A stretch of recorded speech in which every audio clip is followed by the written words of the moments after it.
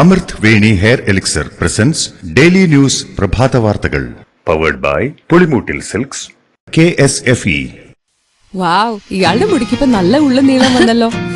എന്റെ മുടി നോക്ക്. നീ നിന്റെ വൈറ്റമിൻ ഡി ലെവൽസ് ഒന്ന് ചെക്ക് ചെയ്യ്. വൈറ്റമിൻ ഡിയുടെയും ഈസ്ട്രോജന്റെയും കുറവാണ് മിക്ക ലേഡീസിന്റെയും ഹെയർ പ്രോബ്ലംസിന് പ്രധാന കാരണം. സ്ത്രീകളുടെ മുടി വളർച്ചയ്ക്കും ശക്തിക്കും അത്യാവശ്യമായ വൈറ്റമിൻ ഡിയാലും ഹെർബൽ ഈസ്ട്രോജനാലും സമ്പുഷ്ടമായ ആദ്യത്തെ hair elixir Amrit Veni hair elixir for women.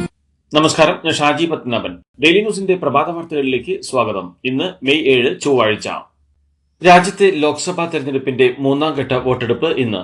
10 സംസ്ഥാനങ്ങളിലും 2 കേന്ദ്രഭരണ പ്രദേശങ്ങളിലുമായി 92 മണ്ഡലങ്ങളിലാണ് വോട്ടെടുപ്പ്. ഗുജറാത്തിലെ 25 മണ്ഡലങ്ങൾ, കർണാടകത്തിലെ 14 മണ്ഡലങ്ങൾ, മധ്യപ്രദേശിലെ 8 മണ്ഡലങ്ങൾ, യുപിയിലെ 10 മണ്ഡലങ്ങൾ, മഹാരാഷ്ട്രയിലെ 11 മണ്ഡലങ്ങൾ എന്നിവിടങ്ങളിലും ഇന്ന് ജനവിധി കുറിക്കും. ലോക്സഭാ തെരഞ്ഞെടുപ്പിന്റെ മൂന്നാം ഘട്ട വോട്ടെടുപ്പിന് മുന്നോടിയായി വോട്ടർമാർക്ക് കത്തെഴുതി കോൺഗ്രസ് നേതാവ് രാഹുൽ ഗാന്ധി. ഇതൊരു സാധാരണ തെരഞ്ഞെടുപ്പല്ലെന്നും രാജ്യത്തെ ജനാധിപത്യത്തെയും ഭരണഘടനയെയും സംരക്ഷിക്കാനുള്ള പോരാട്ടമാണെന്നും നമ്മൾ ഒന്നിച്ചു പോരാടി മാറ്റം കൊണ്ടുവരുമെന്നും രാഹുൽ ഗാന്ധി കത്തിൽ കുറിച്ചിരിക്കുന്നു. അതേസമയം ദളിത്, പിന്നാക്ക, ഗോത്ര വിഭാഗങ്ങൾക്ക് അവസരങ്ങൾ വർദ്ധിപ്പിക്കാനായി സംവരണത്തിന്റെ 50% എന്ന പരിധി ഉയർത്തുമെന്നും രാഹുൽ ഗാന്ധി മധ്യപ്രദേശിലെ റാലിയിൽ വ്യക്തമാക്കിയിരുന്നു. BJPയും RSSും ഭരണഘടന ഇല്ലാതാക്കാനാണ് ശ്രമിക്കുന്നതെന്നും ജനങ്ങൾക്കുള്ള അധികാരമെല്ലാം ഇല്ലാതാക്കാനാണ് മോദിയുടെ ശ്രമമെന്നും രാഹുൽ ഗാന്ധി കൂട്ടിച്ചേർത്തു. SSLC പരീക്ഷാ ഫലം നാളെ ഉച്ചയ്ക്ക് 3-ന് വിദ്യാഭ്യാസ മന്ത്രി V. ശിവൻകുട്ടി പ്രഖ്യാപിക്കും. 4,27,105 വിദ്യാർത്ഥികളാണ് ഇക്കുറി പരീക്ഷ എഴുതിയത്. ഇതോടൊപ്പം ടെക്നിക്കൽ ആർട്ട് SLC പരീക്ഷാഫലവും പ്രഖ്യാപിക്കും. ഫലങ്ങൾ 1 മണിക്കൂറിനുള്ളിൽ പരീക്ഷാഭവന്റെ വെബ്സൈറ്റിൽ ലഭ്യമാക്കും. ഹയർ സെക്കൻഡറി VHSC പരീക്ഷകൾ മറ്റന്നാൾ പ്രഖ്യാപിക്കും. KSRTC ഡ്രൈവർ യദുവിന്റെ ഹർജിയിൽ തിരുവനന്തപുരം മേയർ ആര്യ രാജേന്ദ്രനും MLA സച്ചിൻ ദേവിനുമെതിരെ കോടതി നിർദ്ദേശപ്രകാരം ജാമ്യമില്ല വകുപ്പ് ചുമത്തി കേസെടുത്ത് കന്റോൺമെന്റ് പോലീസ്. ഔദ്യോഗിക കൃത്യനിർവഹണം തടസ്സപ്പെടുത്തി അന്യായമായി തടഞ്ഞുവെച്ചു എന്നിവയാണ് യദുവിന്റെ പരാതിയിൽ ഉണ്ടായിരുന്നത്. പോലീസ് കേസെടുക്കാതിരുന്നതോടെ യദു തിരുവനന്തപുരം 1ാം ക്ലാസ് മജിസ്ട്രേറ്റ് കോടതിയെ സമീപിക്കുകയായിരുന്നു. നേരത്തെ അഭിഭാഷകന്റെ ഹർജിയിൽ മേയർക്കും MLAക്കുമെതിരെ ജാമ്യം ലഭിക്കുന്ന വകുപ്പ് ചുമത്തി കേസെടുത്തിരുന്നു. മേയർ ആര്യ രാജേന്ദ്രനും ഭർത്താവും MLAയുമായ സച്ചിൻ ദേവിനുമെതിരായ FIRൽ ഗുരുതര ആരോപണങ്ങളെന്ന് റിപ്പോർട്ടുകൾ. ബസ്സിലെ CCTV ക്യാമറയുടെ മെമ്മറി കാർഡ് പ്രതികൾ സ്വാധീനമുപയോഗിച്ച് നശിപ്പിച്ചുവെന്നും സച്ചിൻ ദേവ് MLA ബസ്സിൽ അതിക്രമിച്ചു കയറിയെന്നും FIRലുണ്ട്. MLA അസഭ്യവാക്കുകൾ ഉപയോഗിച്ചതായും FIRലുണ്ട്. യദുവിന്റെ പരാതിയിൽ സൂചിപ്പിച്ചിട്ടുള്ള അതേ കാര്യങ്ങൾ തന്നെയാണ് FIRലുള്ളത്. കനത്ത ചൂടിനെ തുടർന്ന് പാലക്കാട് ജില്ലയിൽ ഏർപ്പെടുത്തിയിരിക്കുന്ന നിയന്ത്രണങ്ങൾ നാളെ വരെ തുടരും. കേന്ദ്ര കാലാവസ്ഥാ വകുപ്പ് യെല്ലോ അലർട്ട് പ്രഖ്യാപിച്ച സാഹചര്യത്തിലാണ് തീരുമാനം. വിദ്യാഭ്യാസ സ്ഥാപനങ്ങളിൽ ഓൺലൈൻ ക്ലാസുകൾ മാത്രമേ പാടുള്ളൂ എന്ന് ജില്ലാ ഭരണകൂടം അറിയിച്ചു. കായിക പരിപാടികൾ, പരേഡുകൾ, തുറസായ സ്ഥലത്തെ ജോലി എന്നിവ 11 മണി മുതൽ 3 മണി വരെ പാടില്ല. പൊതുജനങ്ങൾ സംസ്ഥാന ദുരന്ത നിവാരണ അതോറിറ്റിയുടെ ജാഗ്രതാ നിർദ്ദേശങ്ങൾ കൃത്യമായി പാലിക്കാനും ജില്ലാ കളക്ടർ നിർദ്ദേശം നൽകിയിട്ടുണ്ട്. വൈദ്യുതി മന്ത്രി പരസ്യമായി ലോഡ് ഷെഡിംഗ് ഇല്ലെന്ന് പറയുമ്പോഴും ജനങ്ങളെ കബളിപ്പിച്ചുകൊണ്ട് സംസ്ഥാന വ്യാപകമായി അപ്രഖ്യാപിത വൈദ്യുതി നിയന്ത്രണം നടപ്പാക്കുകയാണെന്ന് പ്രതിപക്ഷ നേതാവ് VD സതീശൻ. സർക്കാരും വൈദ്യുതി വകുപ്പും നടപ്പാക്കിയ തലതിരിഞ്ഞ പരിഷ്കാരങ്ങളും KSEBയുടെ കെടുകാര്യസ്ഥിതിയുമാണ് സംസ്ഥാനത്തുണ്ടായിരിക്കുന്ന വൈദ്യുതി പ്രതിസന്ധിക്ക് കാരണമെന്നും പ്രതിപക്ഷ നേതാവ് അഭിപ്രായപ്പെട്ടു. മുഖ്യമന്ത്രിയുടെ വിദേശയാത്ര ഉദ്ദേശം വ്യക്തമാക്കണമെന്ന് കോൺഗ്രസ് നേതാവ് K. മുരളീധരൻ ആവശ്യപ്പെട്ടു. സംസ്ഥാനത്തെ ഭരണതലവനാണ് പിണറായി വിജയൻ. മുഖ്യമന്ത്രി എന്താവശ്യത്തിനാണ് വിദേശത്തേക്ക് പോയതെന്ന് വിശദീകരിക്കണം. സ്വകാര്യ സന്ദർശനം എന്ന പേരിൽ 3 രാജ്യങ്ങളിൽ പോകുന്നത് ഉചിതമല്ലെന്നും മുരളീധരൻ കൂട്ടിച്ചേർത്തു. മുഖ്യമന്ത്രി പിണറായി വിജയന്റെ വിദേശയാത്രയ്ക്ക് പൊതുഖജനാവിലെ പണം ഉപയോഗിക്കുന്നത് ശരിയല്ലെന്ന് BJP സംസ്ഥാന അധ്യക്ഷൻ K. സുരേന്ദ്രൻ.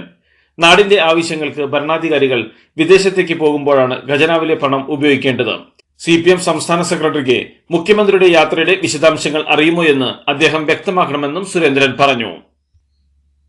പണ്ട് മുത്തശ്ശിയുടെ കല്യാണക്കഥ കേട്ട മുതലെയുള്ള ആഗ്രഹമാണ് അന്നത്തെ മുത്തശ്ശിയെ പോലെ എന്റെ കല്യാണത്തിന് എടുത്തൊരുങ്ങണമെന്ന്.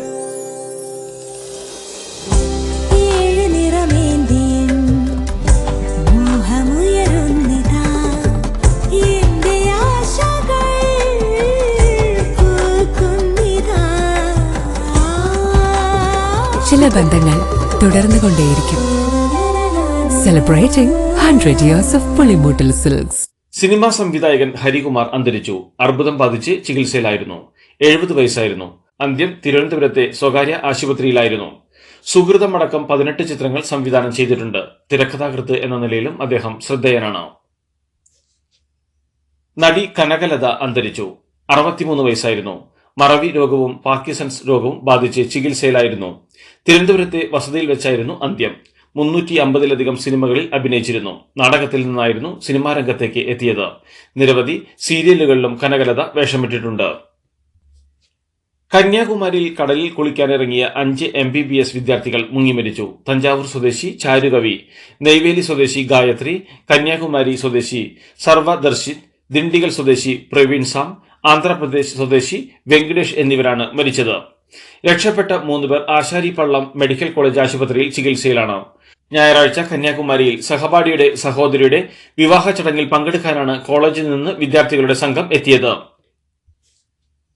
കെ സുധാകരന്റെ KPCC പ്രസിഡന്റ് സ്ഥാനത്തേക്ക് ഉള്ള മടങ്ങിവരവ് തെരഞ്ഞെടുപ്പ് ഫലം വന്ന ശേഷം മാത്രമേ തീരുമാനിക്കൂ എന്ന് AICC. കേരളത്തിലെ തെരഞ്ഞെടുപ്പ് ഫലവും കണ്ണൂരിലെ തെരഞ്ഞെടുപ്പ് ഫലവും പരിഗണിച്ചാവും തീരുമാനം. കണ്ണൂരിൽ പരാജയപ്പെടുകയോ മുന്നണിക്ക് കേരളത്തിൽ മുന്നേറ്റം തുടരാനാകാതെ വരികയോ ചെയ്താൽ കെ സുധാകരന് KPCC പ്രസിഡന്റ് സ്ഥാനം നഷ്ടമാകുന്ന സ്ഥിതി ഉണ്ടാകുമെന്നാണ് ഇതിലൂടെ വ്യക്തമാകുന്നത്. ഇലക്ഷൻ കാലഘട്ടത്തിൽ KPCC അധ്യക്ഷന്റെ ചുമതലയിൽ നിന്ന് താൽക്കാലികമായി മാറി നിൽക്കാമെന്നുള്ള തീരുമാനം താൻ ഉൾപ്പെടെയുള്ള നേതൃത്വം കൂട്ടായെടുത്തതാണെന്ന് കെ സുധാകരൻ. അതിന് കോൺഗ്രസ് ഹൈക്കമാൻഡ് അംഗീകാരം നൽകുകയും MM ഹസൻ ഇലക്ഷൻ കാലം വരെ ആക്ടിംഗ് പ്രസിഡന്റായി ചുമതലയേൽക്കുകയും ചെയ്തു. ഇപ്പോൾ ഇതുമായി ബന്ധപ്പെട്ട് വിവിധ മാധ്യമങ്ങളിൽ വരുന്ന വാർത്തകൾ വാസ്തവ വിരുദ്ധമാണെന്നും സുധാകരൻ അഭിപ്രായപ്പെട്ടു. അധ്യക്ഷ പദവിയിലേക്ക് പോളിംഗ് കഴിഞ്ഞ ഉടൻ തന്നെ തിരികെ എത്തണം എന്ന ഒരാവശ്യവും താൻ ഉന്നയിച്ചിട്ടില്ലെന്നും KC വേണുഗോപാലിനെ പോലും അനാവശ്യമായി ഈ വിഷയങ്ങളിലേക്ക് വലിച്ചിഴച്ചുകൊണ്ടാണ് വാർത്തകൾ പ്രചരിപ്പിക്കുന്നതെന്നും സുധാകരൻ കൂട്ടിച്ചേർത്തു. മഹാരാഷ്ട്ര ATS തലവൻ ഹേമന്ത് കർക്കരെയുടെ മരണം സംബന്ധിച്ച് വിജയ് വഡേത്തിവാർ നടത്തിയ പ്രസ്താവനയെ പിന്തുണച്ച് ശശി തരൂർ.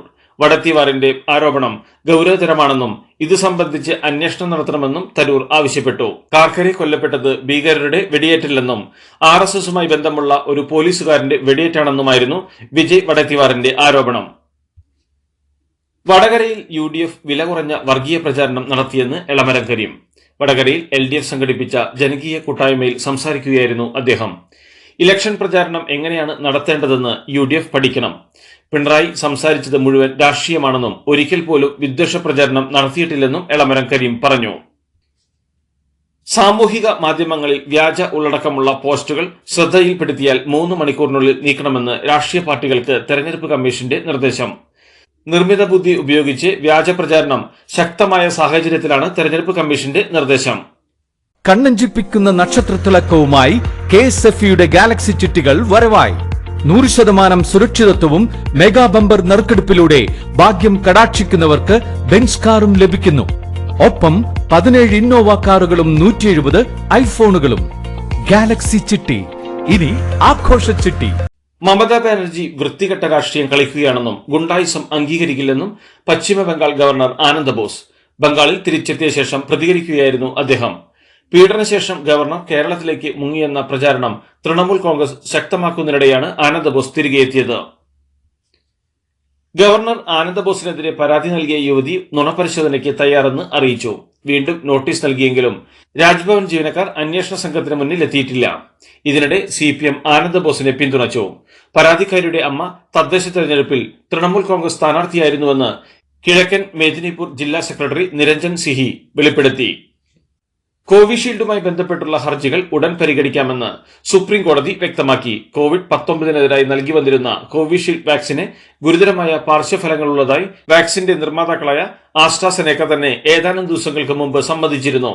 വാക്സിൻ എടുത്ത അപൂർവം ചിലരിൽ രക്തം കട്ടപിടിക്കുകയും പ്ലേറ്റ്ലെറ്റ് കൗണ്ട് കുറയുകയും ചെയ്യുന്ന അവസ്ഥ സംഭവിക്കുമെന്നതാണ് കമ്പനി സമ്മതിച്ചത്. UK ഹൈക്കോടതിയിലാണ് അവർ ഇക്കാര്യം വ്യക്തമാക്കിയത്.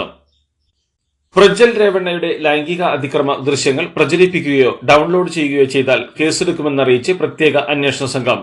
ഇരകളുടെ സ്വകാര്യത ഉറപ്പുവരുത്താനാണ് ഈ തീരുമാനം. ദൃശ്യമാധ്യമങ്ങൾ ഇരകളുടെ പേരോ തിരിച്ചറിയാവുന്ന മറ്റേതെങ്കിലും വിവരങ്ങളോ പങ്കുവച്ചാലും കേസെടുക്കുമെന്ന് പ്രത്യേക അന്വേഷണ സംഘം അറിയിച്ചിട്ടുണ്ട്.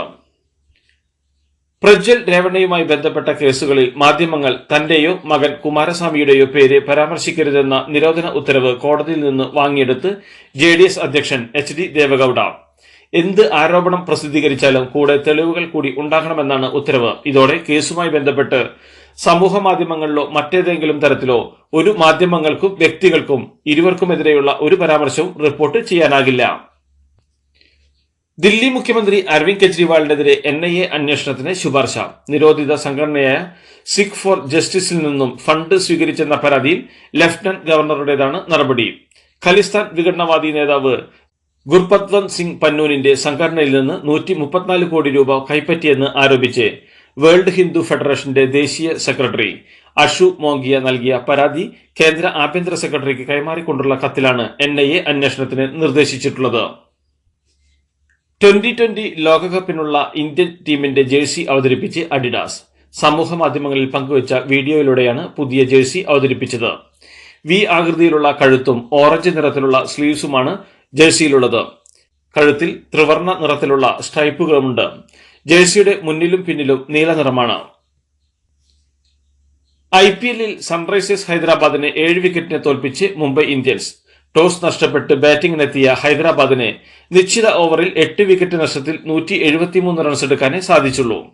മറുപടി ബാറ്റിംഗിനിറങ്ങിയ മുംബൈ 51 പന്തിൽ 102 റൺസ് നേടിയ സൂര്യകുമാർ യാദവിന്റെ മികവിൽ 17.2 ഓവറിൽ 3 വിക്കറ്റ് മാത്രം നഷ്ടത്തിൽ ലക്ഷ്യം മറികടന്നു. ഈ മത്സരത്തിൽ ജയിച്ചെങ്കിലും 12 മത്സരങ്ങളിൽ നിന്ന് 8 പോയിന്റുമായി 9ാം സ്ഥാനത്താണ് മുംബൈ. ഇതോടുകൂടി ഡെയിലി ന്യൂസിന്റെ ഇന്നത്തെ പ്രഭാത വാർത്തകൾ സമാപിക്കുന്നു. ഡെയിലി ന്യൂസിന് വേണ്ടി വാർത്തകൾ വായിച്ചത് ഷാജി പത്മനാഭൻ. DailyNewsLive.in വാർത്തകൾ വിരൽ തുമ്പിൽ.